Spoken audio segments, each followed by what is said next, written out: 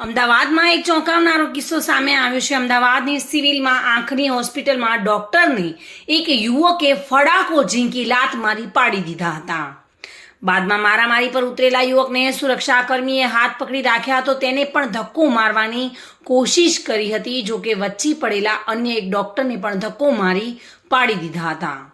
આ સમગ્ર ઘટના સીસીટીવી કેમેરામાં કેદ થઈ છે। પ્રાપ્ત વિગત મુજબ ઓપરેશનને લઈને દર્દીના સગાએ ડોક્ટરને તમાચો માર્યો હોવાનું જાણવા મળ્યું છે। ડોક્ટર પર હુમલો થયો તે સમયે બીજા ડોક્ટર બચાવવા માટે આવ્યા ત્યારે તેમને પણ ધક્કો મારીને પાડી દીધા હતા।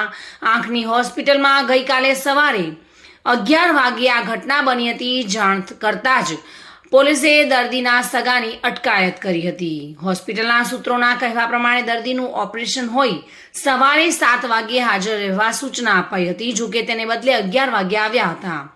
મોડા આવ્યા હોવાથી આજે ઓપરેશન નહીં થાય તેમ તબીબે કહ્યું તો દર્દીના પુત્રે રોષે ભરાઈ ડોક્ટરને ફડાકો મારી દીધો હતો।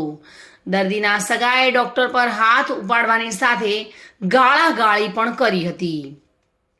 સમગ્ર ઘટના સીસીટીવીમાં કેદ થઈ હતી અને